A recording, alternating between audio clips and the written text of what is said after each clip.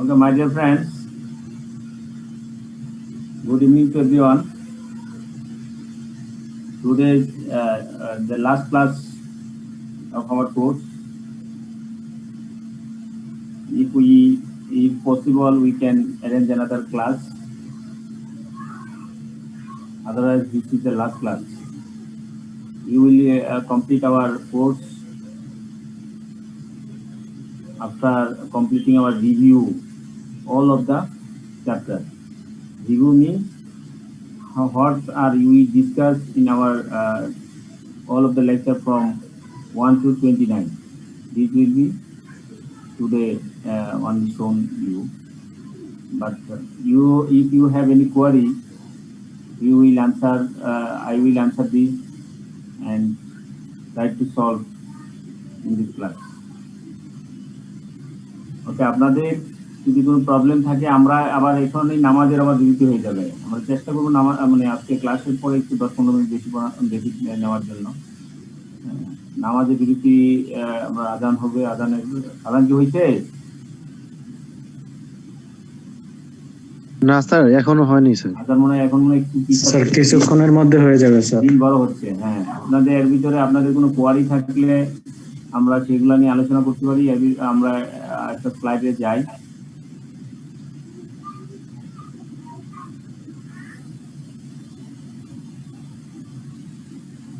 আমরা নামাজের বিরতির পূর্বে আমরা যেটা কাজটা করি, গত লেকচারে আমরা কোম্পানি অ্যাড করছি, কিন্তু কোম্পানি অ্যাক্টে যে question related question with this chapter we may shown before completing or before breaking our for prayer পূর্বে আমরা এই কাজটা করে দিতে পারি। আমরা 5-10 মিনিট সময় নিই, ঠিক আছে? আর কার কোনো কোশ্চেন আছে? আমরা শুরু করবো ডাইরেক্ট। শুরু করেন। ওকে, থ্যাংক ইউ। আমরা প্রিভিয়াস এর question means previous 4 or 5 years 3 or 4 years question, but the last 2 questions are not included here. So you will collect the questions from institute. Probably institute also maybe provide you or not. You can find or collect from the institute. Okay. Explain the maintenance of capital principles and reduction of share capital. The question আসছিল আপনাদের explain the maintenance of capital principles and reduction of share capital. এরকম যদি আসে তাহলে provisions related to, এটা হচ্ছে সেই রকম question, provisions related to capital principle. Capital principle কি বলছে? আপনার একটা কোম্পানির ক্যাপিটাল কত হবে? This should be mentioned in memorandum of association. হ্যাঁ, এবং সেই ক্যাপিটাল প্রিন্সিপাল থেকে ক্যাপিটাল কি রকম হবে, সেই ক্যাপিটালটা কিভাবে হবে, সেই ব্যাপারে এখানে আপনার প্রভিশনটা লিখবেন। and the reduction of share capital রিডাকশনের ক্ষেত্রে যে প্রভিশনটা আমরা বলছি আলোচনা করছি, সেই রিডাকশনের ক্ষেত্রে শেয়ার প্রভিশন রাখতে হবে। Subject to the confirmation of the কোর্টের কনফার্মেশন নিতে হবে। এর পূর্বে আপনার কি করতে হবে? স্পেশাল রেজুলেশন পাস করতে হবে। রেজুলেশনের মাধ্যমে পাস করার পরে স্পেসিফিক কারণে স্পেশাল রেজুলেশন এবং সেই রেজুলেশনটা কি কারণে আপনি এই মিটিংটা কল করছেন সেটা উল্লেখ করে আপনার নোটিশ দিতে হবে 30 দিনের পূর্বে। তার পরবর্তীতে সেটা আপনার কোর্টকে অবহিত করতে হবে এবং কোর্ট যদি সন্তুষ্ট হয়, আপনাকে পক্ষে যদি পিটিশন যদি দেয়, রায় দেয়, then you will be reduction your capital, share capital. This is the provision. Then বলা আছে explain the rules dealing with the possible imposition of personal liability upon the directors of insolvent company. Insolvent companies এর ক্ষেত্রে ডিরেক্টরদের liability, insolvent কোম্পানির ডিরেক্টরদের liability তার personal লাইবিলিটিতে imposition আসছে কিনা সেই সম্পর্কে রুলসটা কি, ঠিক আছে? তাহলে আমরা বলছি যে ইনসলভেন্ট কোম্পানির ডিরেক্টর হোক আর যাই হোক না কেন, আমরা ইনসলভেন্ট কোম্পানির যদি আপনার কোম্পানি ইনসলভেন্ট হয় তাহলে সেই ডিরেক্টর সে পার্সোনালি সেও কি insolvent, but up to depends upon the nature of the কোম্পানির নেচারটা কি। If the company limited by shares হলে তার শেয়ার্স পর্যন্তই তার লাইবিলিটি হবে। If the company limited by guarantee অনুযায়ী যদি তাহলে গ্যারান্টি পর্যন্ত, আনলিমিটেড লাইবিলিটি হলে তাহলে ডিরেক্টরদের পার্সোনাল লাইবিলিটি এখানে আনলিমিটেড লাইবিলিটি পড়বে। This is the rules. Then বলা আছে what write short notes on the special resolution prospectus. আমরা আলোচনা করছি স্পেশাল রেজুলেশন এন্ড প্রসপেক্টাস কি, স্পেশাল রেজুলেশন কি। স্পেশাল রেজুলেশন যেহেতু সেখানে আরেকটা রেজুলেশন আছে এক্সট্রা অর্ডিনারি রেজুলেশন, আমরা সেটা আলোচনা করছি, সেটাও আসতে পারে।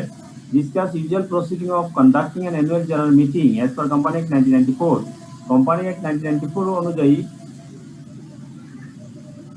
আমাদের অ্যানুয়াল জেনারেল মিটিং কিভাবে প্রসিডিউরটা কি, মানে আপনার কিভাবে কন্ডাক্ট করতে হবে, ঠিক আছে, সেই প্রভিশনটা লিখতে হবে। What are the legal consequence of fellow to hold the AGM. AGM যদি কেউ করতে ব্যর্থ হয় তাহলে লিগ্যাল কনসিকুয়েন্সগুলো কি, অর্থাৎ এজিএম তো করতে হবে কত দিনে, প্রথমে এজিএম এর ওই সংখ্যাটা বলবেন, তার পরবর্তীতে বলতে হবে যদি না করতে পারে তাহলে তার কি হয়, আপনার ফাইন হবে কত, হ্যাঁ, তারপর যদি সাবসিকুয়েন্ট কতদিন না করতে পারে তাহলে কি হবে, এই যে প্রভিশনটা সেই প্রভিশনটা এখানে লিখতে হবে।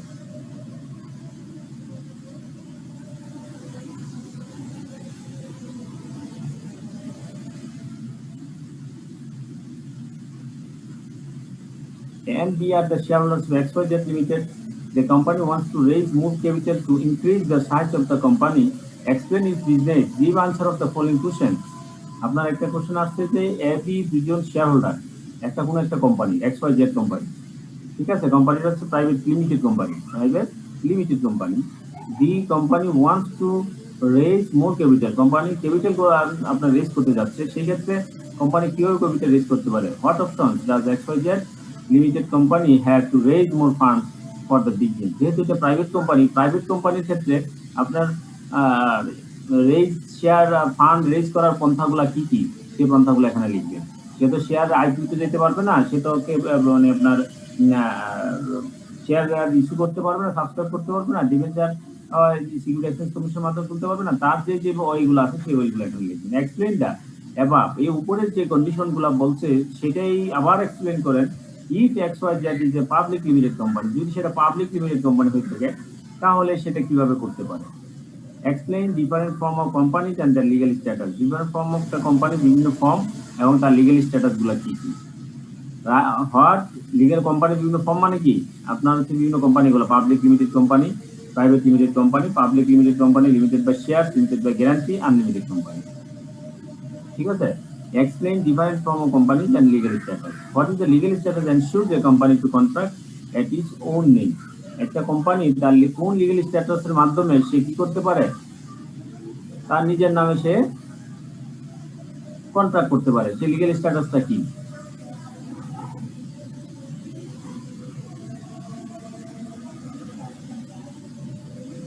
ঠিক আছে, বোঝা যাচ্ছে?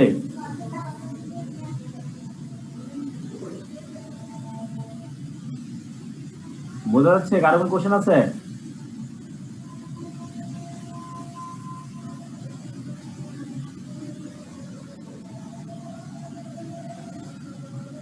কথা বলেন।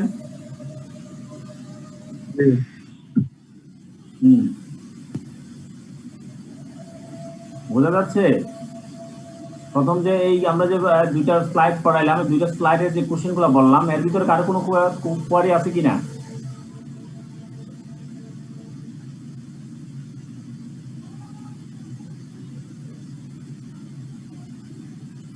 If anyone have any query about the questions related to two slides,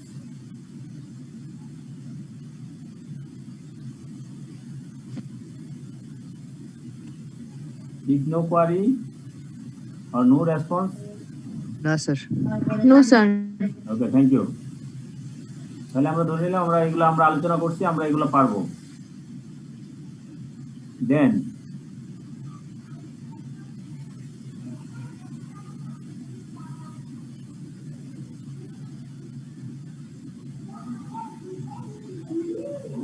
আমরা বলছি what is the main advantage and disadvantage of the carrying on business through the medium of a company limited by shares. Company limited by shares এর মাধ্যমে যদি কোনো company form করে এবং সেটা যদি বিজনেস ক্যারি অন করে, then what will be the advantages, এটা সুবিধাগুলো কি কি, and this is what is the disadvantage, এটার অসুবিধাগুলো কি কি। Explain the powers and duties of directors when it office. হ্যাঁ, ডিরেক্টরদের পাওয়ার এবং তার যখন অফিসিয়াল ক্ষেত্রে তার পাওয়ার এবং তার কি দায়িত্বগুলো কি কি, এটা প্রভিশন আছে, প্রভিশন রিলেটেড টু ডিরেক্টর, সেই প্রভিশনটা এখানে ডিসকাস করতে হবে। Explain the purpose and legal status of the articles of registration. Articles of রেজিস্ট্রেশনের উদ্দেশ্যটা কি? What is the legal status? এটা লিগ্যাল স্ট্যাটাসটা কি? Explain the ability of a company to take secured and unsecured loan.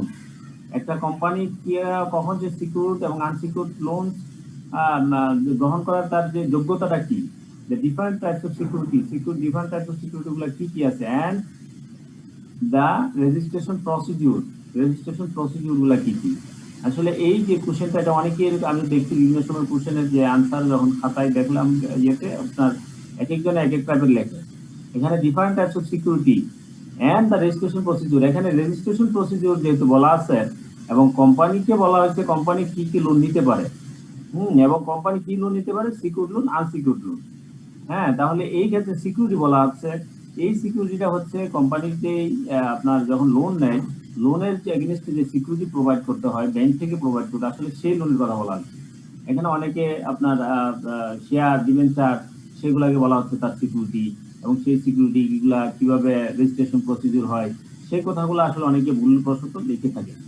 আসলে এটার কোশ্চেনটা হচ্ছে যে আনসারটা হচ্ছে যে আপনার ব্যাংক থেকে লোন নিতে গেলে, আসলে আনসারটা কোশ্চেনটা হয়ে ব্যাংক থেকে লোন নিতে গেলে সিকিউরড এবং আনসিকিউরড লোন নেওয়ার ক্ষেত্রে কোম্পানির কি কি যোগ্যতা লাগে, এবং যদি সিকিউরিটির ক্ষেত্রে আবার বলতেছে বিভিন্ন ডিফারেন্ট টাইপস অফ সিকিউরিটি কি কি, বিভিন্ন প্রকার সিকিউরিটি গুলো কি কি, এবং সেই সিকিউরিটি তার মাধ্যমে আপনার লোন তো নিবে, সেই লোনের রেজিস্ট্রেশন প্রসিডিউর গুলা কি কি।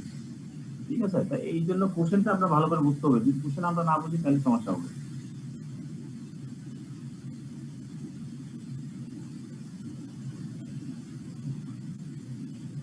দেন বলা হচ্ছে describe two reasons supporting why a company হ্যাঁ, তাহলে আমি ফোন দিছিলাম, হ্যাঁ পরে কথা বলবো, হ্যাঁ ওকে।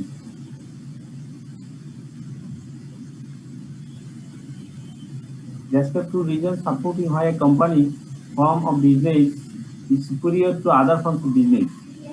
হ্যাঁ, দুইটা কারণ বলতেছে, জানতে চাচ্ছে ব্যাখ্যা করার জন্য কেন একটা কোম্পানিকে সাপোর্ট করবেন। Form of business is superior to other forms of business, অর্থাৎ একটা ফর্মের সাথে কি আরেকটা ফর্মের কিভাবে সুপিরিয়র কোনটা, অর্থাৎ এই ক্ষেত্রে আপনি যেটা করতে পারেন আপনার লিমিটেড বাই শেয়ারসের সেটাই সুপিরিয়র আমরা বলবো, লিমিটেড বাই শেয়ার। সেই শেয়ারসটা অন্য অন্য ক্ষেত্রে সুপিরিয়র কেন সেটা আমরা এখানে আলোচনা করব। অথবা আপনি বলতে পারেন এখানে কোম্পানি একটা সোল প্রপার্টিশিপ পার্টনারশিপ, আর একটা হচ্ছে কোম্পানি অন্য দুইটা থেকে সুপিরিয়র কেন সেটাও আপনি এখানে লিখতে পারেন।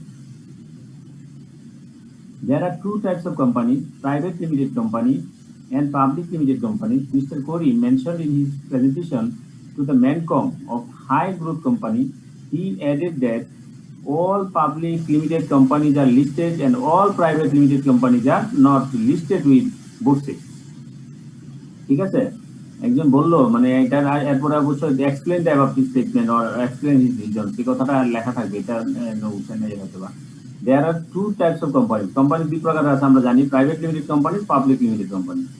এখন মিস্টার কোরি মেনশন হিজ প্রেজেন্টেশন ম্যানকম হচ্ছে ম্যানেজমেন্ট কমিটি আর কি, একটা যে কোনো অর্গানাইজেশনের একটা কমিটি থাকে, এক্সিকিউটিভ কমিটি, সেটাকে বলে Mancom, management committee of high growth company. He added that, সে বললো all public limited companies are listed, যত পাবলিক লিমিটেড কোম্পানি সব লিস্টেড থাকে, and all private limited companies are not listed with BORSE। আর এই কথাটা কি আসলে কি সত্যতা কিনা, সঠিক কিনা জাস্টিফিকেশন করার জন্য, ঠিক আছে, তাহলে এটা সঠিক না। অল প্রাইভেট লিমিটেড কোম্পানি যে লিস্টেড থাকে, পাবলিক কোম্পানি লিস্টেড থাকে তা না, অনেক public company they are not listed. Publicly traded company will be listed. Publicly traded company will be listed, but private limited companies are not listed. এটাও সঠিক না, অনেক প্রাইভেট লিমিটেড কোম্পানি আছে সেটা হলো publicly traded private limited company, they are the listed in with BORSE। ঠিক আছে, explain the rights of majority and minority shareholder. Majority minority share হোল্ডারদের রাইটস গুলো কি কি। Explain the qualification, powers and duties to the company secretary. একটা company সেক্রেটারির qualification কি থাকবে, পাওয়ার কি হবে, ডিউটি কি, এগুলা প্রভিশন, এইগুলা কিন্তু আপনাকে বলছে এক্সপ্লেন করার জন্য। তাহলে আপনি অবশ্যই অ্যাকর্ডিং টু কোম্পানি 1994 অনুযায়ী আপনি এগুলা সবগুলো আপনি ব্যাখ্যা করবেন, এক্সপ্লেন করবেন।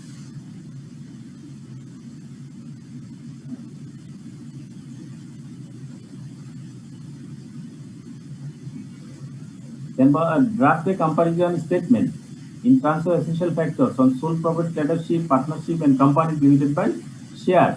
ঠিক আছে, এই তিনটার মানে সিমিলারিটি কি, অর্থাৎ এদের দুইটা তিনটা যে কম্পারিজন যেগুলা সেগুলা উল্লেখ করবেন। How do you distinguish between the ordinary regulation and special regulation.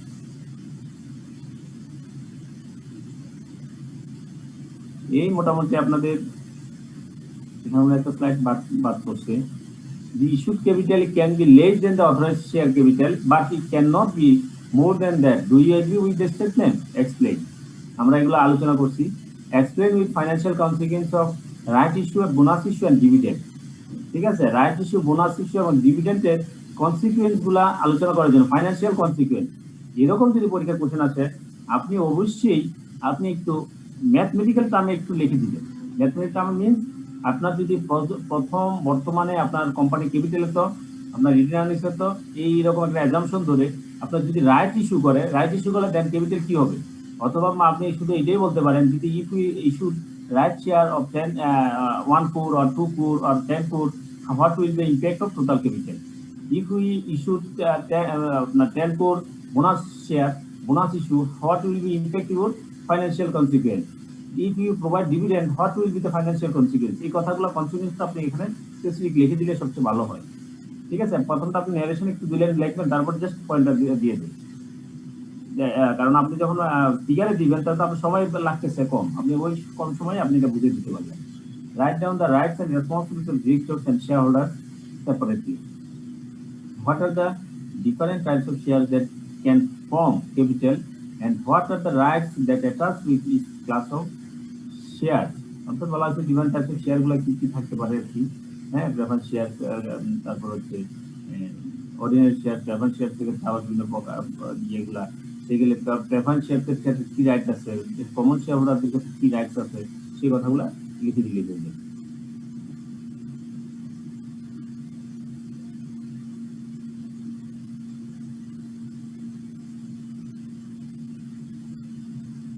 এই আমাদের মোটামুটি আমাদের কোশ্চেন গুলা ধারা এরকম ছিল। তাহলে মোটামুটি আমার মনে হচ্ছে যে আমাদের যে ইনশাল্লাহ আমরা যে যতটুকু পড়ছি এগুলো যদি আমরা ঠিক মতো পড়তে পারি, আমাদের পরীক্ষার কোশ্চেন প্যাটার্ন আমাদের আয়ত্তের ভিতরেই থাকবে।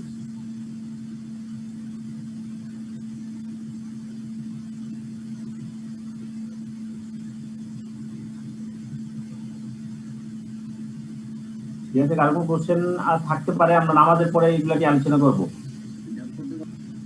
ঠিক আছে, তো নামাজের জন্য 10 মিনিট বিরতি নিচ্ছি। ওকে স্যার, সর্বোচ্চ 10 মিনিট। জি স্যার। জি স্যার। সবাই লাইনে থাকেন, অসুবিধা না। যার যার এটা মিউট করে, আমি তো এখান থেকে মিউট করে দিচ্ছি, আপনারা সবাই লাইনে থাকেন। হ্যাঁ হ্যাঁ, আপনার বের হওয়ার দরকার নেই। জি স্যার। ওকে, আসসালামু আলাইকুম স্যার, আসসালামু আলাইকুম। আমরা শুরু করি। আপনাদের এর ভিতরে প্রিভিয়াস এর কোশ্চেন থেকে কারো কোনো কোশ্চেন আছে কিনা বলতে পারেন।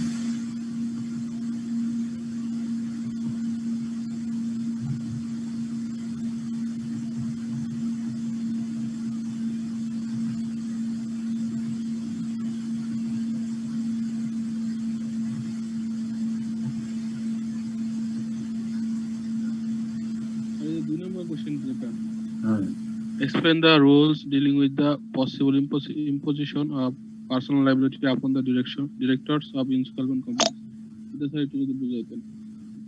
আমি বলছিলাম তখন যে আপনার ডিরেক্টরদের যদি ইনসলভেন্ট কোম্পানির কোনো ডিরেক্টর হয় তাহলে সে কিন্তু ইনসলভেন্ট হয়ে যায়।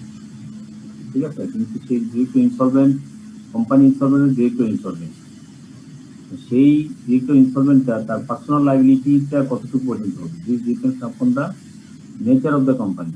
কোম্পানি যদি লিমিটেড বাই শেয়ার হয় তাহলে তার যত পরিমাণ শেয়ার হয়, শেয়ার পরিমাণ পর্যন্ত তার লাইবিলিটি হবে। যদি গ্যারান্টি হয় তাহলে তার যে পরিমাণ গ্যারান্টি সে আন্ডারটেক দিয়েছেন সেই পরিমাণ গ্যারান্টি পর্যন্ত সে লাইবিলিটি হবে। যদি আনলিমিটেড হয় তাহলে কোম্পানি লাইবিলিটি আনলিমিটেড ক্লিয়ার করতে হবে। ঠিক আছে, সেটার জন্য যে প্রভিশনটা আছে সেই প্রভিশনটা আমরা দেখবো কোম্পানি আপনার বিভিন্ন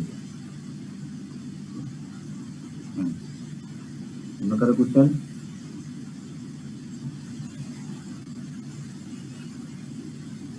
এই জিনিসটা বুঝছেন তো, A B company are the share holders of XYZ limited, এটা থেকে কারো কোনো কোশ্চেন আছে কিনা?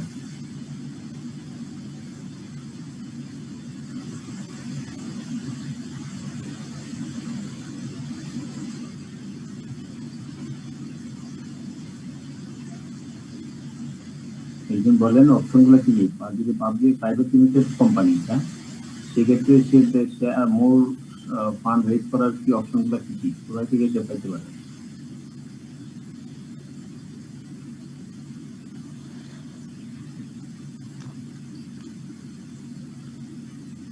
বলেন তো, একজন বলেন। Private limited company fund raise করার সময় সে কোথা থেকে ফান্ড রেজ করতে পারে?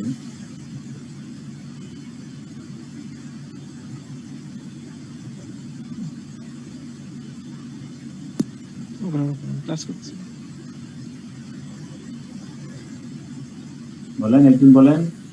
আগে শেয়ার করতে থাকেন, তো হবে না, হয়তো তো আমি আছি। Private company, limited company fund raise কোথা থেকে আসে? একটা ফাইন্যান্সিং এর কথা বলছেন, ফাইন্যান্সিং সোর্সেস অফ ফান্ড, হ্যাঁ, সোর্সেস অফ ফান্ড। সে ঋণ করতে পারে ব্যাংক থেকে। হ্যাঁ, তার জন্য ব্যাংকে ঋণ ওপেন আছে। হ্যাঁ, জি, তারপরে সে হচ্ছে তার 50 জন পর্যন্ত ডিরেক্টর নিতে পারে। হ্যাঁ, ডিরেক্টর যতটুকু ডিরেক্টর আছে সে ততটুকু ডিরেক্টর পাবে। তারপরে এক্সিস্টিং যারা ডিরেক্টর আছে তারাও কি করতে পারবে? তারাও ইনভেস্ট করতে পারে, নতুন করে আবার ফার্দার ইনভেস্ট করতে পারে, নিয়ে আসতে পারে। হ্যাঁ, তারপর তো মনে পড়ছে না স্যার। যে কারো কাছে রিলেটিভ অথবা কারো কাছ থেকে সে কি করতে পারে?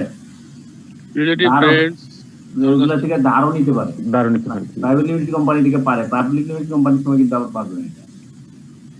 ঠিক আছে, থ্যাংক ইউ। এই হচ্ছে মোটামুটি এইগুলো হচ্ছে তার মোট সোর্স অফ ফান্ড, ফান্ডস এর সোর্স গুলা। ঠিক আছে, দেন যদি ঠিক সেম কোম্পানিটা যদি হয়, আরেকজন বলেন, সেম কোম্পানিটাই যদি হয়, সেটা যদি পাবলিক লিমিটেড হয়, তাহলে তার কি কি সুযোগ আছে ফান্ড রেজ করার? নতুন শেয়ার সে ইস্যু করতে পারবে। হ্যাঁ, রাইট, সে শেয়ার ইস্যু করতে পারবে, সে বন্ড ডিবেঞ্চার ইস্যু করতে পারবে। হ্যাঁ, বন্ড আর ডিবেঞ্চার আমরা বলি, ডিবেঞ্চার ইস্যু করতে পারবে। হ্যাঁ, শেয়ারের ক্ষেত্রে সে অর্ডিনারি শেয়ার করতে পারবে, সে প্রেফারেন্স শেয়ার করতে পারবে। হ্যাঁ, তারপর সে কি করতে, আর কি কি করতে পারে? তারপরে সে লোন নিতে পারবে। হ্যাঁ, রাইট শেয়ার করতে পারবে। হ্যাঁ, লোন তো নিতে পারবে, লোন নিতে পারবে না কেন? রাইট শেয়ার ইস্যু করতে পারবে। হ্যাঁ, লিমিটেড কোম্পানি তারা লোন নেয় না? হ্যাঁ হ্যাঁ, হ্যাঁ, লোনও নিতে পারবে। লোন নিতে পারবে, রাইট শেয়ার ইস্যু করতে পারবে। হ্যাঁ, ঠিক আছে, তার ক্ষেত্রে তার বোনাস শেয়ার ইস্যু করতে পারবে স্যার। হ্যাঁ, বোনাস শেয়ার ইস্যু করতে পারবে। কিন্তু এখানে আমরা একটা কথা বলে দেখেন, যদি বলে যে সোর্সেস অফ ক্যাপিটাল, তাহলে ঠিক আছে। এখানে যদি আমরা বলি যে মোর ফান্ড রেজ করবে, সেক্ষেত্রে আমরা বোনাস শেয়ারটা লিখবো না। ঠিক আছে, ফান্ড রেজ করার জন্য তাহলে সেই বোনাস শেয়ার যদি আমি বলি, তাহলে এটা হচ্ছে না, ফান্ড রেজ বাড়তে হবে। বোনাস শেয়ার তো তার ইন্টারনাল থাকে, এখানে কিন্তু লিকুইডিটি আসে না। হ্যাঁ, সেটা যেটা আসে সে রিটেন আর্নিং, রিটেন আর্নিং আপনার লিখে মানে ধরে রাখতে পারে, প্রফিট না দিয়ে রিটেন করে রাখতে পারে, সেটা বোনাস শেয়ার হোক আর যেভাবেই হোক, সেটা কি রিটেন আর্নিংসে রাখলে হবে। ক্লিয়ার? বোনাস শেয়ারের ফান্ড আপনার কি হয় না, কোম্পানির ইয়ের পরিমাণ বাড়ে না, মানে আপনার যে কোম্পানির যে ফান্ড ইনক্রিজ করে না, রিটেন আর্নিংস এর ক্ষেত্রে ইনক্রিজ করে।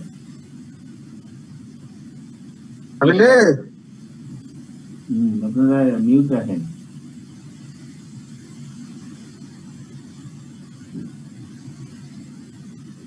দেন কি বলছি, এটা তাহলে আমরা সবাই ক্লিয়ার।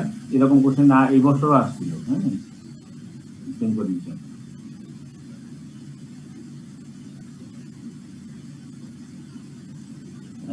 এই কোশ্চেনটার কি আনসার কি হবে বলেন তো? What legal status ensures a company to contract at its own name?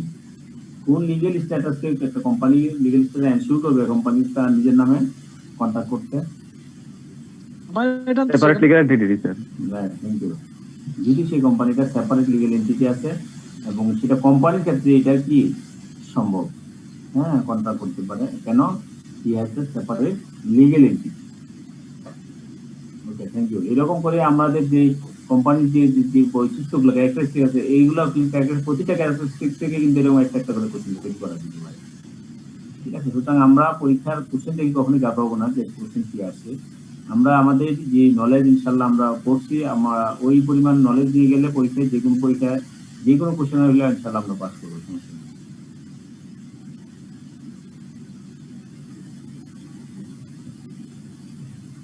তারপর আপনাদের কি পক্ষ থেকে যদি কোশ্চেন থাকে বলতে থাকেন, আমি তো আপনার বলেন না যে আমি নিজ থেকে বানাই অনেক কিছু বলতেছি, কোনটা ভালো হবে। আমরা এর বাইরে কোশ্চেন করতে পারি না। কোশ্চেন তো বাইরেই হবে, কোশ্চেন এটা জাস্ট একটা ফরম্যাট। না না, আমরা এখন কোশ্চেন করতে পারি না স্যার, এই কোশ্চেনগুলো বাইরে। হ্যাঁ হ্যাঁ, করেন অসুবিধা নেই, তবে এটা শেষ করিনি আমরা, শেষ স্যার করিনি। আচ্ছা আচ্ছা। হ্যাঁ। এথিক্সে পাশের হার কেমন থাকে স্যার সাধারণত আপনার অভিজ্ঞতার আলোকে? আইসিএমইবি থেকে এথিক্সে পাশের হার কেমন? টাফ কোশ্চেন করছেন, যেমন কোশ্চেনের আনসার তো দেওয়া যাবে না। ইতিহাসের পাশের হার কত অ্যাকচুয়ালি পজিশনটা আমিও জানি না, কারণ এইগুলো যারা মানে ইউনিভার্সিটিতে যারা এক্সামিনেশনে আছেন তারা বলতে পারবেন কতজন পরীক্ষায় অ্যাটেন্ড করছে, কতজন পাস করছে। এখন স্টুডেন্ট আছে মনে করেন যে 500 600 বা 1000 স্টুডেন্ট আছে দিচ্ছে এনরোলমেন্ট। এখন 1000 স্টুডেন্ট এনরোলমেন্ট থেকে 400 স্টুডেন্ট হয়তো পরীক্ষায় অ্যাটেন্ড করছে। হ্যাঁ, এর ভিতরে আপনার হয়তো 100 জন পাস করছে।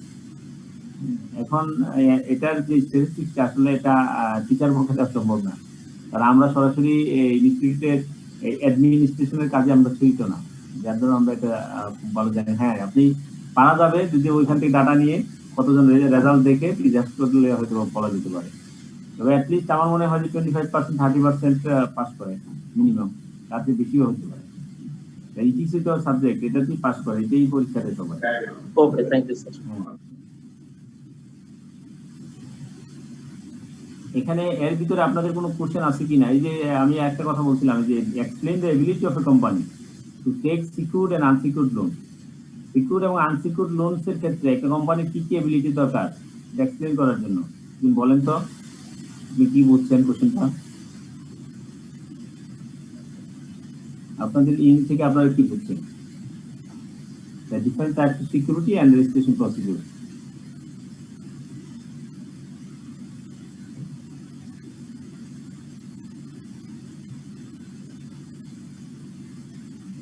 সিকিউরিটি বলতে এখানে বোঝাচ্ছে কি, যে কোলারেটাল দেয়া যেটা জমা দেওয়া লাগে, জামানত।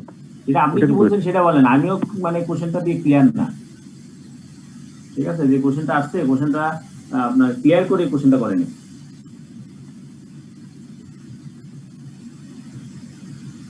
কনফিউশন আছে। আপনারা কি বুঝছেন সেটা বলেন, তাহলে ম্যাক্সিমাম মতামতটা আমি প্রাধান্য দিব। আমি সেটাই বলবো যে আমি যে সাথে এটা একমত কিনা।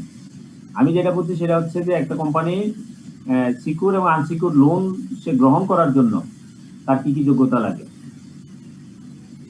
ঠিক আছে, এটা হচ্ছে প্রথম কোশ্চেন। দেন বলছে different types of security, security কি কি প্রকারের সিকিউরিটি হতে পারে। এন্ড থার্ড পার্ট হচ্ছে যা রেজিস্ট্রেশন প্রসিডিউর। এই সিকিউরিটির যে আপনার এখানে মর্গেজ রেজিস্ট্রেশন প্রসিডিউর বলে দিলে আরো সহজে মানে ক্লিয়ার হয়ে যেত। তাহলে এই যে আপনার যে সিকিউরিটি যা বলেন, এখন কেউ যদি সিকিউরিটি রেজিস্ট্রেশন প্রসিডিউর লেখে তাহলে এক জিনিস, আবার যদি বলে যে আপনার হচ্ছে লোন নেওয়ার ক্ষেত্রে রেজিস্ট্রেশন প্রসিডিউর থাকে সেটা আরেক জিনিস। ঠিক আছে, আপনারা কি বুঝছেন বলেন?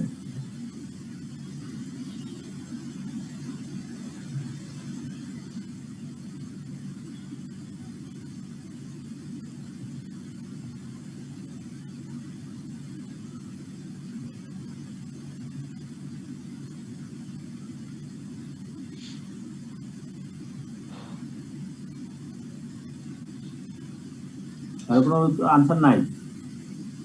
তাহলে আমি যেটা বলছি সেটাই আমরা মানে সঠিক বলে ধরে নিলাম। এবং এটা দিয়ে আমি আপনাদেরকে অন্য যে কোনো কোশ্চেন আসলে সেই কোশ্চেন গুলা কিভাবে বুঝবেন সেটাও আমি একটু আপনাদেরকে হিন্ট দিয়ে দিলাম। সেটা হচ্ছে আপনি প্রথমে আপনি দেখবেন কোশ্চেনের ধারাটা, দেখেন প্রথমে বলছে ability of a company to take secure and unsecured loan. যেহেতু প্রথমে লোনের কথাটা বলছে, যে একটা কোম্পানি লোন নেওয়ার ক্ষেত্রে, সিকিউরিটি লোন নেওয়ার ক্ষেত্রে, সিকিউর লোন নেওয়ার ক্ষেত্রে কি যোগ্যতা লাগে এবং আনসিকিউর লোন নেওয়ার ক্ষেত্রে কি কি লাগে, এবিলিটি গুলো কি কি। তাহলে নিশ্চয়ই যে এটা হচ্ছে ব্যাংক লোন বলেন অথবা কোনো ফাইন্যান্সিয়াল ইনস্টিটিউশন থেকে বা আপনার লোন নেওয়াকে বোঝানো হবে।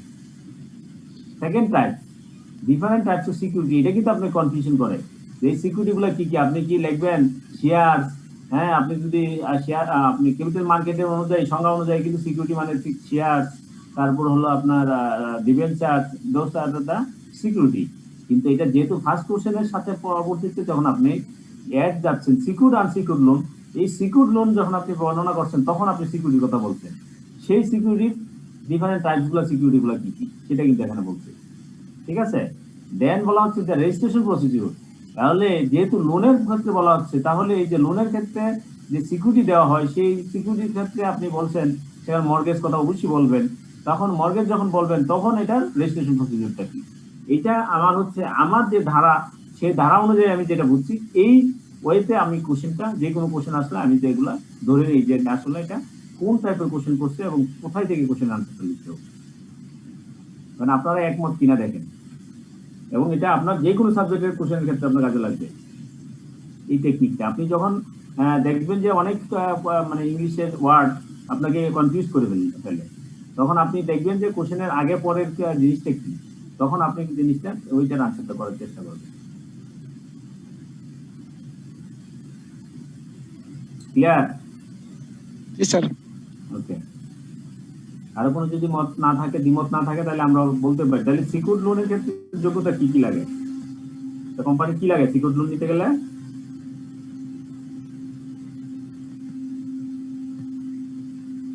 আমরা কি এই সম্পর্কে অভিজ্ঞতা আছে? অনেকে তো আছেন, ব্যাংকে অনেকে আছেন, অনেকে বিভিন্ন প্রতিষ্ঠানে আছেন, ভালো পজিশনে আছেন, আপনারা এই জিনিসগুলো একটু বলেন। তাহলে সিকিউরিটি লোনের ক্ষেত্রে কি কি যোগ্যতা লাগে? একটা কোম্পানি কি আপনি সিকিউর লোন আপনি যাচ্ছেন, আপনি সিকিউর লোন দিবে, কি কি হলে সিকিউর লোন হয়? সিকিউর মানে হচ্ছে আপনার সিকিউরিটি দিতে হবে, ঠিক আছে। সিকিউরিটি মিনস সেটা আপনার এখন যেটা বলছেন কোলাটেরাল সিকিউরিটি। কোলাটেরাল সিকিউরিটি, জি স্যার। হ্যাঁ, সিকিউরিটি কোলাটেরাল হতে পারে, নন কোলাটেরাল হতে পারে, সিকিউরিটি বিভিন্ন প্রকার আছে, ঠিক আছে। এটা কোলাটেরাল হচ্ছে সিকিউরিটি, নন কোলাটেরাল সিকিউরিটি আছে, ঠিক আছে। তাহলে পার্সোনাল সিকিউরিটি আছে, হ্যাঁ। তাহলে এই সিকিউরিটির ক্ষেত্রে আমরা যেটা সিকিউর লোন, সেক্ষেত্রে আমরা কোলাটেরালকে বলি, সাথে আরো আছে কোলাটেরালের সাথে আগে হাইপোথিকেশন আছে, হ্যাঁ, তারপর হচ্ছে লিয়েন আছে, আছে, এই বিভিন্ন টাইপ গুলো হচ্ছে সিকিউরিটি। আপনি যদি আপনি করলেন একটা মেশিনারিজ, কোম্পানির যে প্রতিষ্ঠানের যত মেশিনারিজ আছে তার মেশিনারিজ গুলো আপনি তো এখানে আপনার কোলাটেরাল হিসেবে তাকে দিচ্ছেন না, এখানে আপনার কোম্পানি চালানোর জন্য কোম্পানি লোন নিচ্ছেন, এটা হচ্ছে এই যে মেশিনারিজ গুলো দিচ্ছেন এগুলাকে বলা হচ্ছে কি হাইপোথিকেশন। আপনার এগুলো হাইপোথিকেশন, কারণ লোনের ওইরকম সিকিউরিটি বিভিন্ন সংজ্ঞা আছে যে আপনার কি কি ওয়াইতে আপনার লোনগুলো নেওয়া হয়। তাহলে এটা হচ্ছে বেস, হাইপোথিকেশন, হ্যাঁ, এরকম বিভিন্ন মোড গুলো, আবার ফাইন্যান্সিং এর ওই মোড গুলো। তাহলে সিকিউরিটি, কোলাটেরাল সিকিউরিটি আপনার অ্যাসেট থাকতে হবে। সিকিউরিটি মানে হচ্ছে এখানে অ্যাসেট, আপনার অ্যাসেট থাকতে হবে। তো অ্যাসেট যদি না থাকে, আপনার নিজের নামে যদি, কোম্পানির নিজের নামে যদি না থাকে, তাহলে সে কি করতে পারবে না, সে লোন নিতে পারবে না। হ্যাঁ, থার্ড পার্টি আবার হতে পারে, কিন্তু থার্ড পার্টির ক্ষেত্রে আমরা এখানে বলতেছি না, আমরা বলছি কোম্পানি কি থাকবে, অ্যাসেট লাগবে সিকিউরিটি লোনের ক্ষেত্রে। তাহলে আনসিকিউরড লোনের ক্ষেত্রে কি যোগ্যতা লাগবে?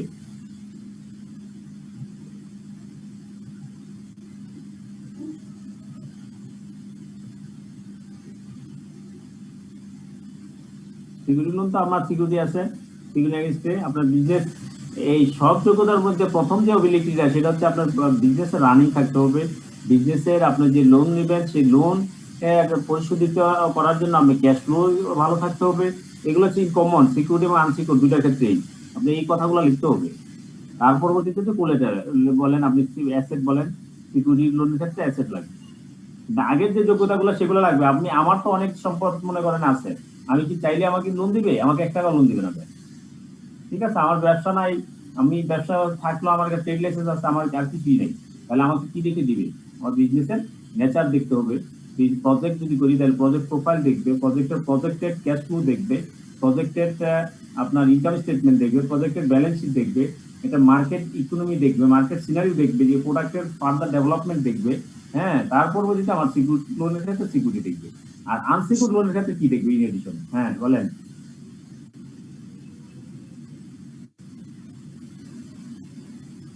আনসিকিউর লোনের ক্ষেত্রে এটা বলেন একজন।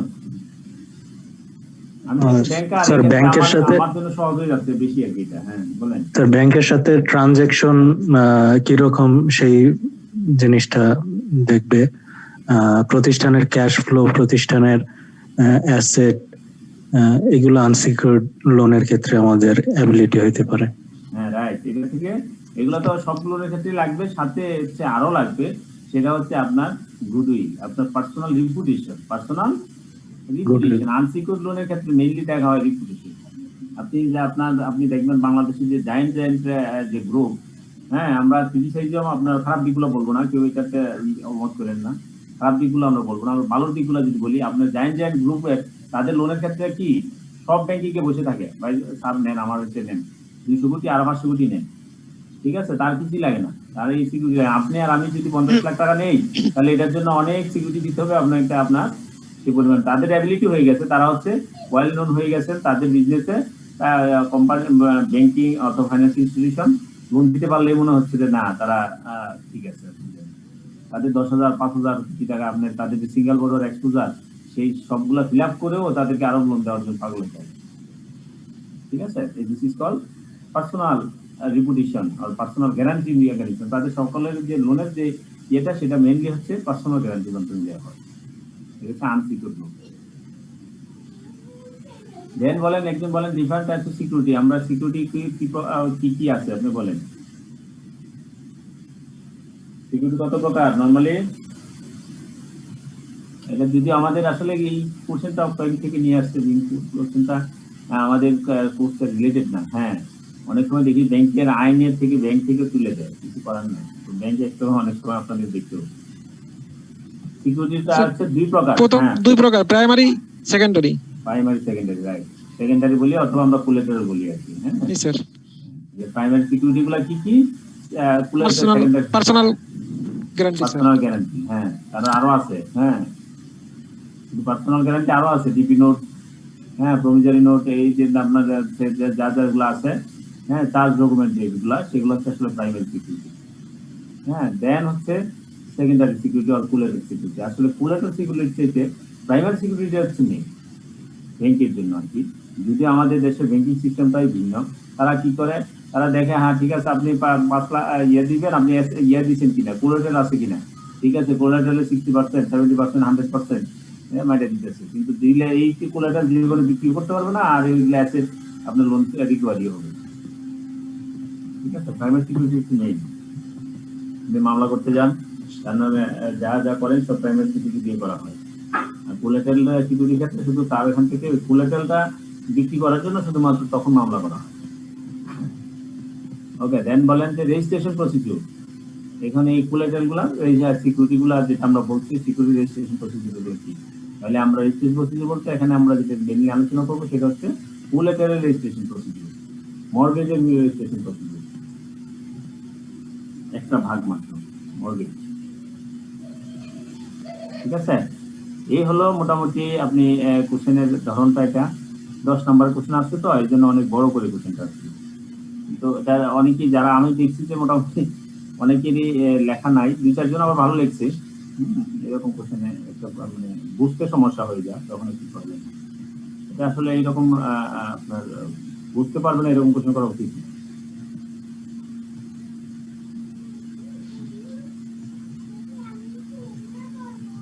আর কারো কোনো কোশ্চেন আছে? মেন কমের কথা তো বলছি আমি তখন, আপনার কি মনে হয় ক্লিয়ার?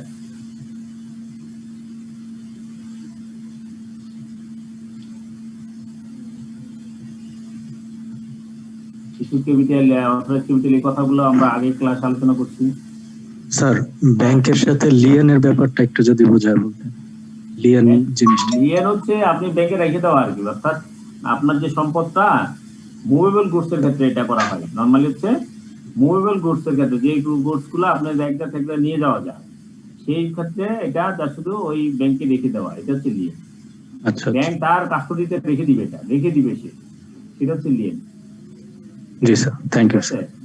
মর্গেজের ক্ষেত্রে কিন্তু তার কাস্টডিতে রাখে না, তার ডকুমেন্টারি তার এখানে হ্যান্ড ওভার হয়, তার পজিশনটা হয়তো বা তার হ্যান্ড ওভার হয়, কিন্তু ইয়েতে রাখা হয় না। কিন্তু আপনার লিয়েনের ক্ষেত্রে তার ব্যাংকের কাস্টডিতে রাখা হবে, হ্যাঁ, তাকে বলা হচ্ছে লিয়েন। জি স্যার, থ্যাংক ইউ স্যার।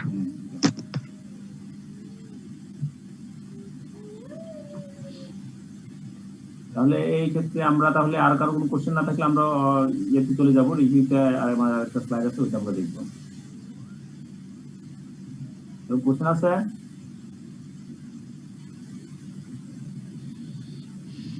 এখন বলেন, কার কি অন্য কোনো সাবজেক্ট থেকে, চ্যাপ্টার থেকে যে কোনো কোশ্চেন করেন 5 মিনিট সময়, নাকি আরো পরে দিব এই সময়টা? সেটা পরে দিই, আমরা আমাদের কোর্সগুলো শেষ করি আগে।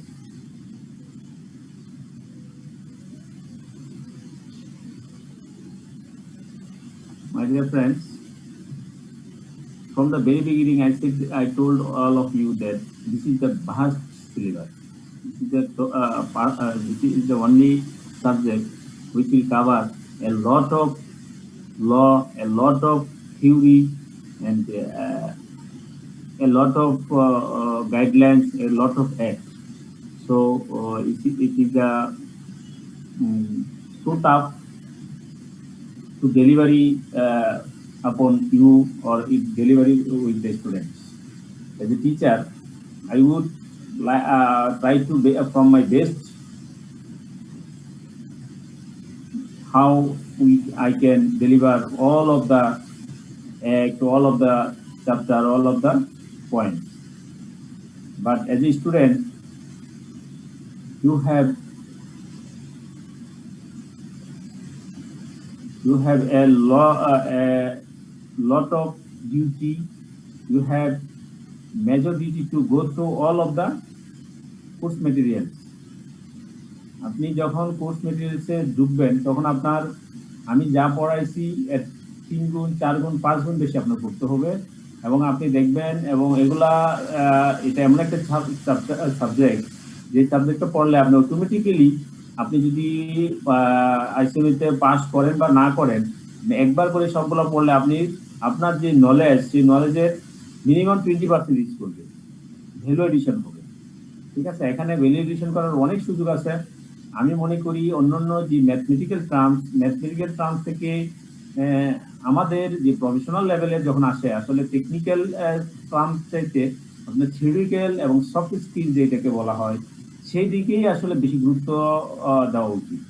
আপনার এখানে যদি আপনি বেশি এমফাসাইজ করেন, আপনি এখান থেকে অনেক কিছু জানতে পারবেন, আপনার অনেক কিছু শেখার আছে।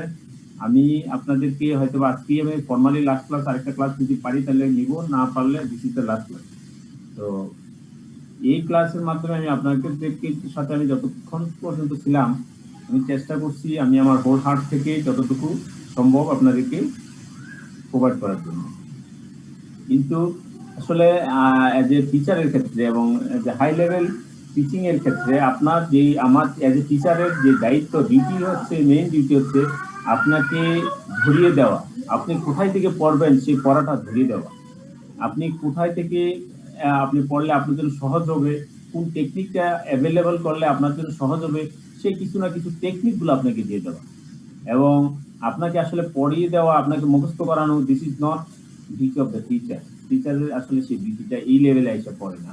তাই আমি আমার পয়েন্ট থেকে আমি সর্বোচ্চ চেষ্টা করছি আপনাদেরকে যত র মেটেরিয়ালস আছে আমি সবগুলো দেওয়ার চেষ্টা করছি, যে আপনারা ওইগুলা একটু গুরুত্ব করবেন।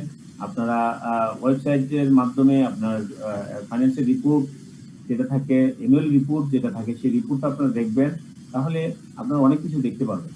ঠিক আছে, তাহলে আপনি আমার যে চ্যাপ্টার ওয়াইজগুলো আমি একটু রিভিউ করতেছি। আমার চ্যাপ্টার ছিল ethics and business. First chapter ছিল ইথিক্স অ্যান্ড বিজনেস। এখানে আপনারা যেটা দেখবেন, আপনাদের যে লেকচার শিট আমি আপনাদেরকে আসলে যতগুলা চ্যাপ্টার ওয়াইজ আপনাদেরকে প্রোভাইড করা হয়েছে from the institute before commencing of this class. আপনার ওই চ্যাপ্টারের ক্লাস শুরু হওয়ার পূর্বেই আপনাদেরকে ওই চ্যাপ্টার ওয়াইজ আপনাদেরকে শিটগুলো প্রোভাইড করা হয়েছে। সেই শিটের মাধ্যমে আছে লেকচার শিট, ইথিক্স অ্যান্ড বিজনেসের lecture sheet, ICMAB code of ethics, IESBA handbook code of ethics 2018। This is the latest version. পরবর্তীতে যদি আপনি মনে করেন এই বছর পরীক্ষা দিলেন, হ্যাঁ পরীক্ষা আবার নতুন 6 মাস বা 2 মাসের ভিতরে যদি কোনো ভার্সন আসে তাহলে আপনারা ওই ভার্সনটা নিতে পারবেন, অসুবিধা নেই। আর যদি নাও নেন আপনারা অ্যাকর্ডিং টু এই হ্যান্ডবুক কোড অফ ইথিক্স সেক্ষেত্রে আপনি যদি 2018 লিখে দেন, লিখে সে 2018 মধ্যে লিখে দেন, সমস্যা হবে না। ঠিক আছে, তাহলে আপনাদের ইথিক্স এন্ড বিজনেস থেকে আপনারা যেটা পড়বেন সেটা হচ্ছে লেকচার শিটটা ভালো করে মানে একটু দেখবেন, কারণ হলো লেকচার শিটটা হাইলাইটেড পয়েন্ট গুলো আসলে লেকচার শিটে নিয়ে আসছে। হ্যাঁ, আপনার যে হ্যান্ডবুক কোড অফ ইথিক্স 2018 থেকে হাইলাইটেড পয়েন্ট গুলা এখানে লেকচার শিট দেওয়া আছে। তাহলে লেকচার শিট দেখবেন, আইসিএমই কোড অফ ইথিক্স দেখবেন, ISBA handbook code of ethics 2018. These will cover from the chapter Ethics and Business. Ethics and Business, then another chapter will be covered from Handbook Code of Ethics 2018. Ethical Conflict. Ethical Conflict আপনি দেখবেন এখানে একটা lecture sheet আপনাদেরকে দেওয়া আছে। দেন ISSB code of ethics 2018 থেকে ethical কনফ্লিক্টটা দেখবেন। এই অর্থাৎ মেইন কথা হলো আপনার হ্যান্ডবুক কোড অফ ইথিক্স 2018 হলো আপনার major guideline for ethical conflict and ethics and business. এই দুইটা চ্যাপ্টার, অর্থাৎ আমাদের যে সাবজেক্টের নাম ফান্ডামেন্টাল অফ ইথিক্স, ইথিক্সটা কভার করবে হচ্ছে handbook code of ethics 2018। Then আমরা আপনাদেরকে বলছি কর্পোরেট গভর্নেন্স। কর্পোরেট গভর্নেন্সের ক্ষেত্রে এখানকার 10% ওয়েটেজ দেওয়া আছে। সেই 10% ওয়েটেজ আপনার লেকচার শিট, আমি যে একটা লেকচার শিট দিচ্ছি সেটা দেখবেন। Corporate governance code, corporate governance code issued by the security exchange commission. ঠিক আছে, বাংলাদেশ সিকিউরিটি এক্সচেঞ্জ কমিশন যে আপনাদের code of corporate governance code issue করছেন সেই কোডটা দেখবেন, এটাও আপনাদেরকে দেওয়া আছে। Lecture sheet, corporate governance code এবং বাংলাদেশ সেক্রেটারিয়াল স্ট্যান্ডার্ড। এখানে কর্পোরেট গভর্নেন্স কোডগুলো মানার জন্য বাংলাদেশ সেক্রেটারিয়েট স্ট্যান্ডার্ড প্রোভাইড করেন institute of charter secretariat of Bangladesh. তারা যে স্ট্যান্ডার্ডগুলো তৈরি করেন আসলে সেই স্ট্যান্ডার্ডের আলোকেই কর্পোরেট গভর্নেন্সের কোডের আলোকে তারা স্ট্যান্ডার্ডগুলো তৈরি করছে। ঠিক আছে, তাহলে সেখানে বলা আছে আপনার এসজিএম কিভাবে করবেন, আপনার দিয়ে কি হবে, অ্যানুয়াল রিপোর্ট কিভাবে তৈরি করবেন, এরকম 4-5টা স্ট্যান্ডার্ড তারা প্রোভাইড করছে। সেটাও আপনাদেরকে দিয়ে দিচ্ছে। আপনারা যদি কেউ মোর স্টাডি করতে চান তাহলে আপনি এগুলো দেখতে পারেন, সমস্যা নেই। কিন্তু আপনার এই চ্যাপ্টারের জন্য মূল জিনিসটা যেটা আমার লেকচার শিট বা কিছুইটা আপনার এগুলো দরকার নাই। যদি আপনি ভালো করে কর্পোরেট গভর্নেন্স কোডটা দেখে নেন, তাহলে কর্পোরেট গভর্নেন্স কোডটা হচ্ছে এখানকার মূল জিনিস। কর্পোরেট গভর্নেন্সের চ্যাপ্টার থেকে corporate governance code issued by Bangladesh security exchange commission, এটা তারা যে কোড ইস্যু করছেন সেটাই আপনারা ভালো করে দেখবেন।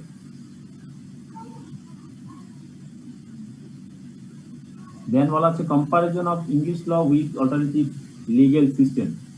এই চ্যাপ্টারের জন্য আমার যে লেকচার শিট আছে সেটা দেখবেন। হ্যাঁ, এখানকার আপনার আদার্স আপনার কোনো এত বেশি আইন টাইনে এখানে অন্যান্য লিগ্যাল সিস্টেম বলছে, কিন্তু ওই এত বেশি আইন আপনার দরকার নাই। আপনি এখান থেকে শুধু লেকচার শিটটা দেখবেন, সাথে আপনি সীমার যে টেক্সট বুকটা আছে সেখান থেকে আপনি সীমার টেক্সট বুকটা দেখবেন।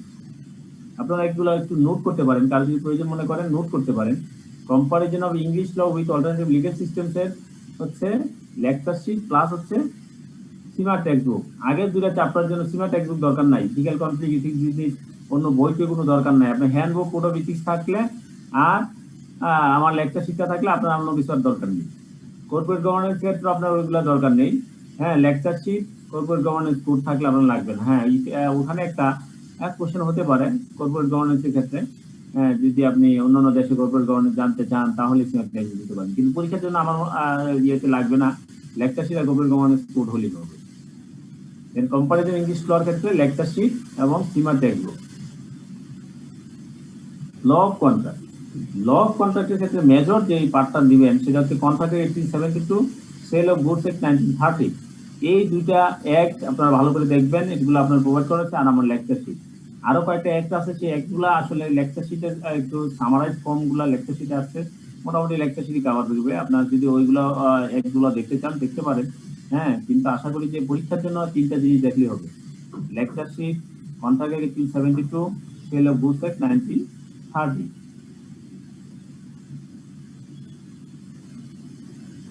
দেন law of employment. Law of এমপ্লয়মেন্টের ক্ষেত্রে মেজর যে পার্টটা সেটা হচ্ছে Bangladesh labour act 2006 and lecture sheet. Lecture শিটও দরকার নাই, যদি আপনি বাংলাদেশ লেবার অ্যাক্ট 2006 ফলো করে পড়েন তাহলেই হয়ে যাবে।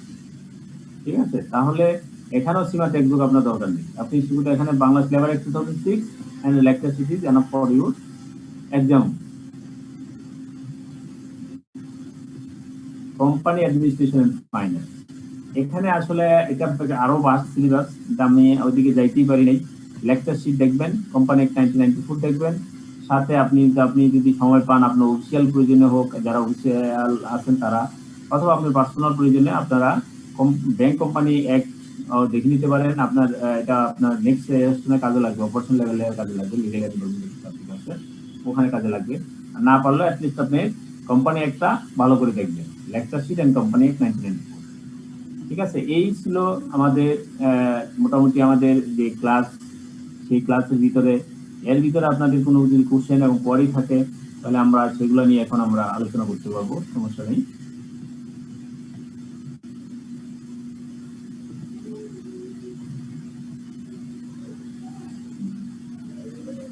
হ্যাঁ, তাহলে এই ছিল মানে আমাদের গাইডলাইন গুলো, আমরা কোথায় কোথায় কোন কোন চ্যাপ্টার গুলো পড়বো, কোন কোথায় কি পড়বো।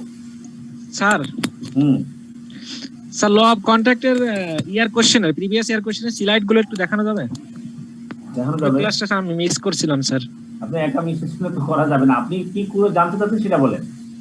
স্যার স্লাইড গুলো আমি মানে স্ক্রিনশট দিয়ে নিতে চাচ্ছিলাম আর কি, যদি একটু দেখানো যেত।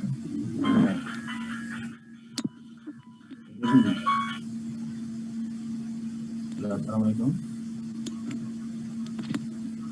আজকে আলহামদুলিল্লাহ। হ্যাঁ, পরে ফোন দিয়ে আনোয়ার ভাই নাকি? হ্যাঁ, একটু ব্যস্ত আছি।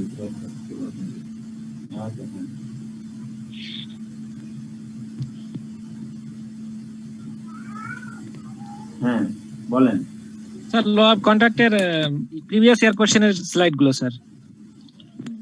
আর এগুলো তো স্যার ইউটিউবে ক্লাস রেকর্ড আছে, হ্যাঁ এখান থেকে দেখলেই তো দেখতে পাবেন। মানে এটা কি আসলে আমি আবার ওইটা বের করতে হবে আর কি, বের করে ইয়ে করতে হবে সাইড দেখাতে হবে, এর ওই সময়টা দিলে আপনি অন্য টোটাল জিনিসটা চেঞ্জ হয়ে যাবে, হেজাবার হয়ে যাবে।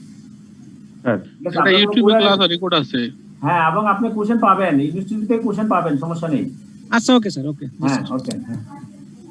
আর ওই অ্যাপ্রোচ অফ এথিক্স, এখানে তিনটা এথিক্স আছে, এক্সাম্পল দিয়ে একটু বললে ক্লিয়ার হতো। কি কি অ্যাপ্রোচ আছে বলেন? মেটা এথিক্স, নমিনেটিভ এথিক্স, তারপর অ্যাপ্লাইড এথিক্স। মেটা এথিক্স কি একটু বলেন, মেটা এথিক্স কি?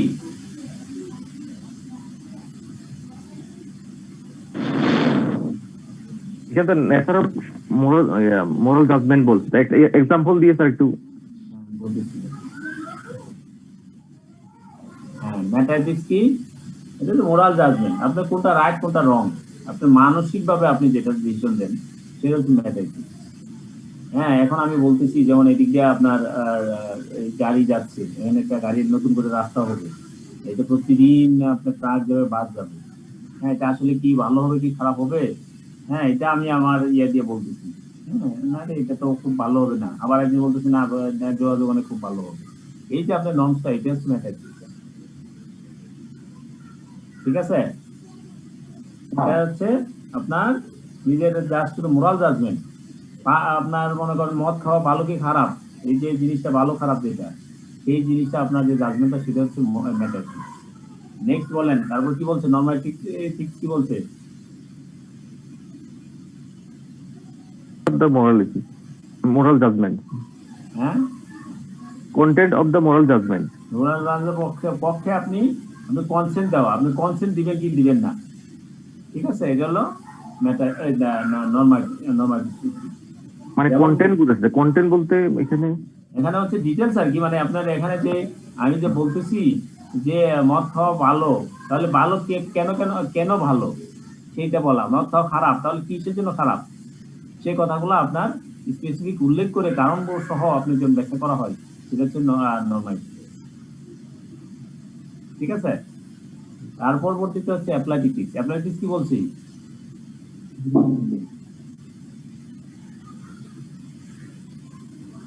একটা কন্ট্রোভার্সিয়াল টপিক বলছে, লাইক আপনি আপনার সাথে আমি দ্বন্দ্বে জড়িয়ে গেলাম, সরাসরি আমি কাজে গেলাম, এটা হচ্ছে অ্যাপ্লাইড এথিক্স।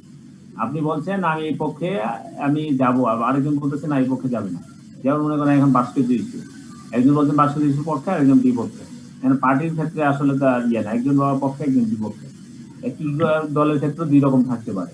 তাহলে এই যে আপনি পক্ষে বিপক্ষে যখন সরাসরি অবস্থান গ্রহণ করবেন, হ্যাঁ, আপনি যখন আপনার কার্যে পরিণত করবেন তখন সেটা অ্যাপ্লাইড করা হয়। যখন ইথিক্সটা যখন অ্যাপ্লাইডের পর্যায়ে যেই সব ইথিক্সগুলো কাজ করে সেগুলো হচ্ছে অ্যাপ্লাইড ইথিক্স। আর নরমাটিভ ইথিক্স হচ্ছে যেগুলাকে আপনি কন্টেন্ট আকারে, আপনি ডিটেলস আকারে, কন্টেন্ট আকারে যেগুলা হয় সেগুলো আপনি ডিসিশন দিবেন কি দিবেন না, সেটা হচ্ছে নরমাটিভ ইথিক্স। আর মেটা ইথিক্স আপনার ইন জেনারেল মানুষের সবার জন্যই প্রতিনিয়তই এটা আপনার দাবি, আপনি কি এটা করবেন, এটা ভালো খারাপ ভালো খারাপ এই জিনিসটা, হ্যাঁ, লেস অফ মোড, এইগুলো হচ্ছে মেটা ইথিক্স। ঠিক আছে? জি। হ্যাঁ, আপনার আর কারো কোনো কোশ্চেন আছে কিনা বলতে পারেন, সমস্যা নেই। স্যার, হ্যাঁ, নতুন যে সিলেবাস হচ্ছে, প্রপোজড সিলেবাস, এই সিলেবাসে যা পরিবর্তন করবে এগুলা কি আমাদের ইথিক্সে কোনো প্রবলেম হবে কিনা? এটা আমি জানি না, এটা জানি না এগুলো। এটা তো সিলেবাস যখন কমপ্লিট হবে তখন আপনাকে জানাবে কি হয়েছে। ঠিক আছে? এটা আপনার সাবজেক্টের জন্য, আপনার পরীক্ষার জন্য আপনার কিছু হবে না, আপনি পরীক্ষা পর্যন্ত আপনি এটা চালাইতে পারেন, সমস্যা নেই। আপনি দেখা গেছে যে আপনাকে আর 3 বছর সময় দিবে, 4 বছর সময় দিবে সিলেবাস, নতুন সিলেবাসে কনভার্সনের জন্য, এর ভিতরে আপনি সবগুলো ঠিক করে নেবেন, এরকম হতে পারে। আপনি ওই পাস্ট মানে ফিউচার কি হবে সেগুলো নিয়ে টেনশন করার দরকার নাই, বর্তমান নিয়ে আপনি এখন কাজ করেন। ঠিক আছে? স্যার যা করবে আপনাদের ভালোর জন্যই করবে, সমস্যা হবে না। বলেন। স্যার একটু sir international ethics standard board for accountants এটা একটু সম্পর্কে বললে স্যার একটু ক্লিয়ার হতাম আর কি। আমি ইন্টারন্যাশনাল আবার বলেন।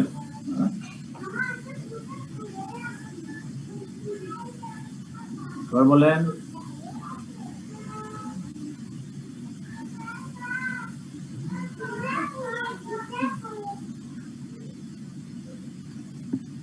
তিনি কোশ্চেন করছেন, আবার কোশ্চেনটা রিপিট করেন।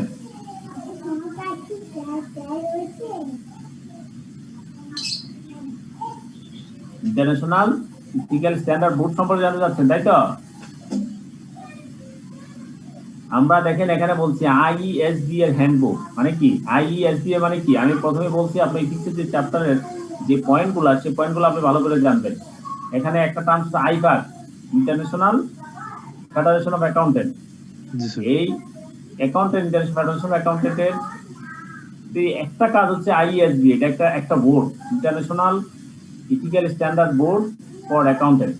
ঠিক আছে? তারা কি কাজ কি, তাদের এই যে international ethical standard board for accountant, যারা ইথিক্সের কোডগুলো তৈরি করবেন তাদেরকে নমিনেশন দিবে, তাদেরকে এখানে রিক্রুটমেন্ট করবে, তাদেরকে কার্যকরী দিয়ে তাদের কি হবে এবং সেটা টস কি হবে সেগুলা ঠিক করবে আইফাক, ইন্টারন্যাশনাল ফেডারেশন অফ অ্যাকাউন্টেন্ট।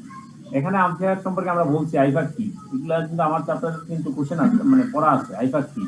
আইফাক হচ্ছে আমাদের বাংলাদেশ সহ বিভিন্ন দেশের, হ্যাঁ, বিভিন্ন কান্ট্রি, বিভিন্ন দেশের এবং ওই দেশের প্রফেশনাল অ্যাকাউন্টেন্ট বডি ওখানকার মেম্বার। এই আইফাকের মেম্বার যেহেতু আইসিএমএবি যেহেতু আইফাকের মেম্বার, তাহলে আইফাকের আইসিএমএবি যেসব মেম্বার তারাও though are also member of the IFAC. তাহলে আইফাকের ইন্টারন্যাশনাল ফেডারেশন অ্যাকাউন্টেন্টের যেহেতু আমরা মেম্বার, এবং আপনার আইসিএমএবি অথবা আইসিএবি চার্টার্ড অ্যাকাউন্টেন্ট বাংলাদেশ থেকে দুইটা মানে organ professional body, they are also member of IFAC. তাহলে তারা both should be obey the rules and regulation of the IFAC. তাহলে আইফাক ইন্টারন্যাশনাল ইথিক্যাল স্ট্যান্ডার্ড বোর্ড, তারা বোর্ড ফর অ্যাকাউন্টেন্ট, তারা যে কোড অফ ইথিক্স তৈরি করছেন, সেই ethics both professional accountant should be maintain. হ্যাঁ, সিএ এবং আইসিএম দুইটাই এর ক্ষেত্রে এই কোড অফ ইথিক্স মানতে হবে। ঠিক আছে? এই হলো আইফাক সম্পর্কে আমার মোটামুটি শর্ট লেখা, আর বাকি যা আছে সব আমার ওই শিটে আছে, আপনার ওই শিট থেকে দেখে নেবেন। Clear? Sir okay sir, thank you sir. Sir meta ethics আর হলো মোরাল ইথিক্স এর মধ্যে পার্থক্যটা কি? মেটা ইথিক্স আর মোরাল ইথিক্স এর মধ্যে পার্থক্যটা কি? মোরাল ইথিক্স তো মেটা ইথিক্স, এটা এই তিনটা এফটুস বলছে আর কি।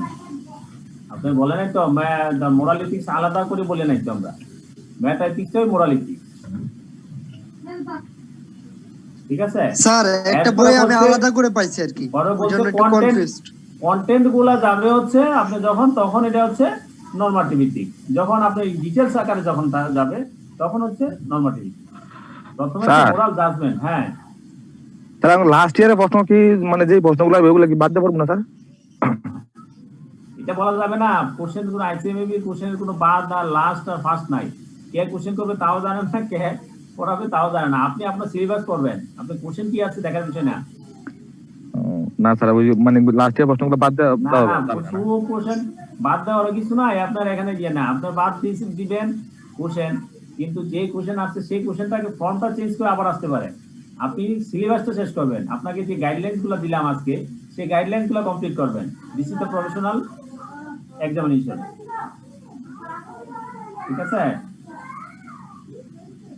স্যার আমরাও প্রথম 1 থেকে 10টা ক্লাস এগুলো তো পাইনি, এগুলো ভিডিওটাও কোনো জায়গায় পাইলাম না।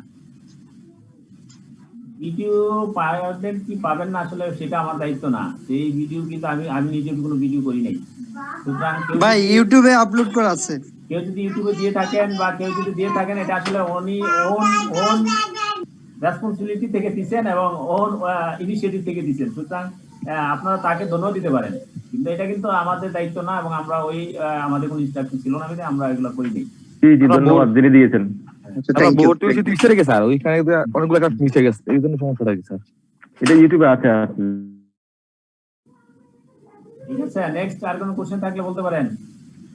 স্যার হ্যাঁ। থ্রেড, আইডেন্টিফাইং থ্রেড, এখানে বিশেষ করে বি এবং সি, যেটা হচ্ছে self review thread, advocacy thread, এই দুটো বিষয় একটু ক্লিয়ার।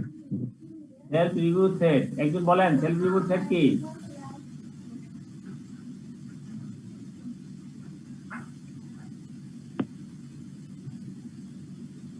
আপনার সেলফ রিভিউ থ্রেড হচ্ছে আপনি যখন আমার জিনিসটাই যখন আমি আবার যখন ইউজ করব, ঠিক আছে, আমার জিনিসটা যখন আমি ইউজ করবো, যেমন আমি এটাকে আপনি কাজটা করছি, আবার যখন আমি এটাকে চেক করতে গেলাম, এখানে একটা review self review check create করে আমি অনেক কিছু আমার ভুলটা আমার থেকে ধরা পড়বে না। এটা একটা। দ্বিতীয়ত আরেকটা হতে পারে, আমি যে প্রফেশনাল যখন আমি কাজ করতেছি, প্রফেশনাল অ্যাকাউন্টেন্ট হিসেবে কাজ করছি, অডিটর হিসেবে কাজ করতেছি, আমার আগে যে একটা ফরম্যাট আছে সেই ফরম্যাটেই আমি আরেকটা কোম্পানি কাজ করতেছি।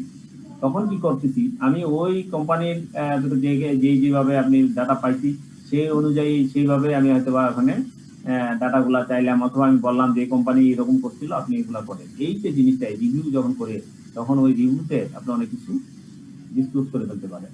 এই ডিসক্লোজ করাটা হলো এখানকার ট্রিক, এটাকে বলে সেলফ রিভিউ ট্রিক। আর অ্যাডভোকেসি ট্রিকটা কি?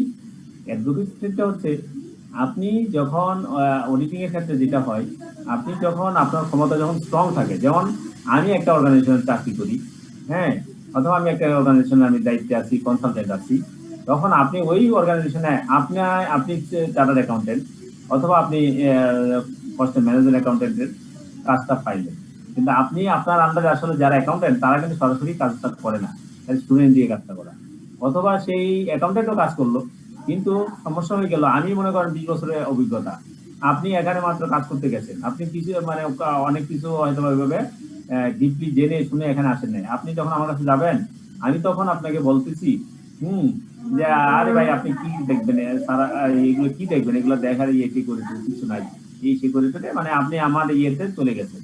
এটাকে বলা হচ্ছে আসলে অ্যাডভোকেসি।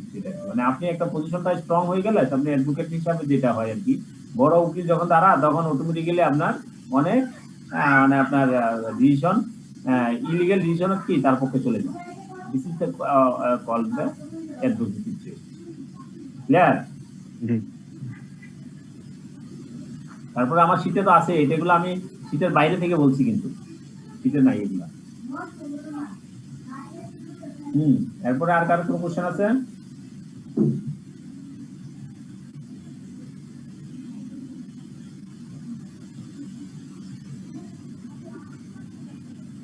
আচ্ছা স্যার, আমাদের এই যে ক্লাস যদি শেষ হয়ে যায়, তো দেখা গেছে যে ক্লাস করাকালীন সময় তো অনেক পড়া হয় না, তো পরবর্তীতে পড়তে গেলে দেখা গেছে যে স্যার অনেক প্রবলেম আমরা ফেস করি, তো স্যার সেক্ষেত্রে পরবর্তীতে এই প্রবলেমগুলো স্যার কিভাবে সমাধান করতে পারি? সমাধানের ক্ষেত্রে আপনি ইন্ডিভিজুয়ালি আমি যদি বলি, আমাকে হয়তো আপনারা মেইল করতে পারেন, আমাকে মেইল করতে পারেন, হ্যাঁ, হ্যাঁ, অথবা ফোনে তো আসলে এক সময় দেখেছি এমন সময় করতে Why আমি this- ব্যস্ত থাকি। হ্যাঁ, তা আপনি মেইল করতে পারেন, আমি হয়তো আপনাকে ইয়ে করতে পারি, অথবা প্রয়োজনে ফোন, আর যদি সংক্ষিপ্ত অনুসারে হয় তাহলে ফোনও করতে পারেন, অসুবিধা নেই। ঠিক আছে, আর ইনস্টিটিউটের পক্ষ থেকে তো ওরকম কোনো মামা, ওই সুযোগটা আপনি পাবেন না, ওই সুযোগ আর পাওয়ার সুযোগ নেই।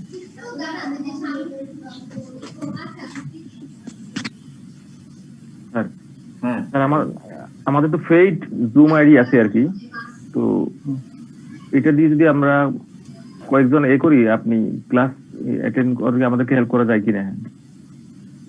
মানে পেইড জুম আইডি, হ্যাঁ, এটাতে মানে 45 মিনিট পর কাটবে, বিষয়টা এমন না আর কি, সবকিছু করা যাবে। আপনি এখানে যেভাবে নিচ্ছেন সেইভাবে নিতে পারবেন আর কি।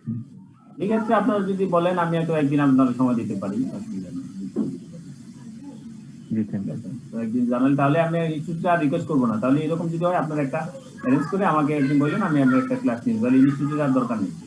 জি না, স্যার। অফিসিয়াল স্যার একবার হোক, হলে যদি হয় তাহলে তো ভালো, যদি না দেয় আর কি তারা। অফিসিয়াল বলতে অফিসিয়াল তো আর তাদেরকে বললে তারা হয়তো বা রিকোয়েস্ট করলে হয়তো বা দিতে পারে, তো তাদের দিতে পারে বলতে তারা আমাদেরকে শুধু এই আইডিটা প্রোভাইড করবে আর কি, এটাই আমার তাদের কাজ।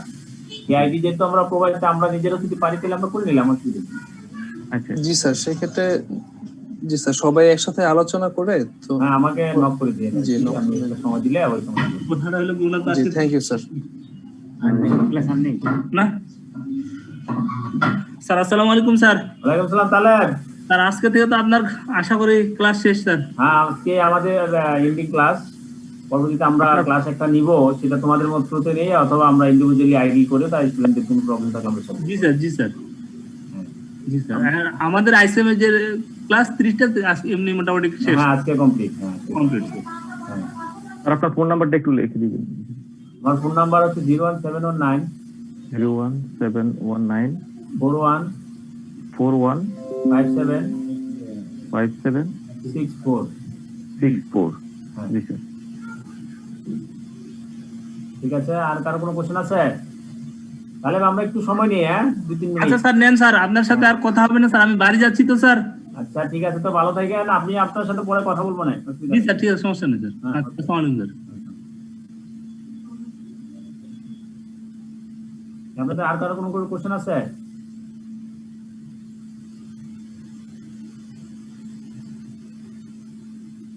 স্যার হ্যাঁ, হ্যাঁ, বলেন তাহলে। স্যার 6:45 তে আরেকটা ক্লাস আছে স্যার। আচ্ছা, আমি আর 2-3 মিনিট ছেড়ে দেবো তাহলে। আচ্ছা স্যার, ঠিক আছে। হ্যাঁ।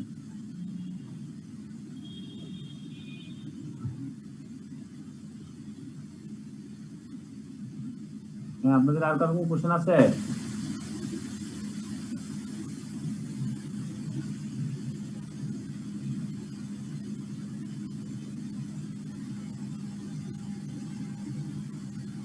হ্যাঁ, কারো কোনো কোশ্চেন থাকলে বলেন।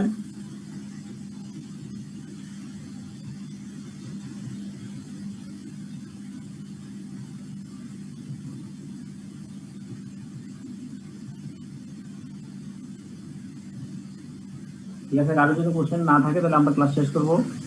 আমার লাস্ট অ্যাডভাইস হচ্ছে, আপনারা লাস্ট অ্যাডভাইস কিন্তু not least, this is the most important for you. এটা সবাই বলে, বলতে সহজ, কাজ করা কঠিন। ঠিক আছে, আমার ক্ষেত্রেও তাই, আমি দেখাতে পারবো পারি না, তারপরও বলতে হয়। আপনার পড়াশোনা করতে হবে, পড়াশোনা করতে হবে, পড়াশোনা করতে হবে, পড়াশোনা করতে হবে। যদি আপনি ভালো করতে চান, তারপর সবসময় পড়াশোনা করতে থাকতে হবে। যদি না করেন তাহলে আসলে কখনই ভালো কিছু করা যায় না। হ্যাঁ, আপনার প্রফেশনাল লাইফ, আপনার আর পড়াটাকে আনন্দ হিসেবে দেখতে হয়, এটা হলো একটা বড় জিনিস। হ্যাঁ, যে পড়লেই যে ভালো লাগে এই জিনিসটা আপনি জানতে হবে, যে আপনার কাছে একটা কিউরিয়াসিটি থাকতে হবে, যে আজকে নতুন একটা জিনিস জানলাম, এটা পরীক্ষা পারপাসে কি দরকার কি না দরকার সেটা আমাদের দেখার বিষয় না, আমি আজকে একটা নতুন একটা জিনিস জানলাম, এই যে একটা কিউরিয়াসিটি, এই কিউরিয়াসিটিটা জানতে হবে। ঠিক আছে, ইনশাল্লাহ সবাই ভালো থাকবেন এবং ভালো করবেন, এটা আমার প্রত্যাশা। এই নিয়ে মোটামুটি আমরা আজকের মতো ফর্মালি শেষ করলাম। পরবর্তীতে যদি সম্ভব হয় আমরা একসাথে আবার বলবো। জি স্যার, জি স্যার, আসসালামু আলাইকুম আসসালামু স্যার। আলাইকুম স্যার।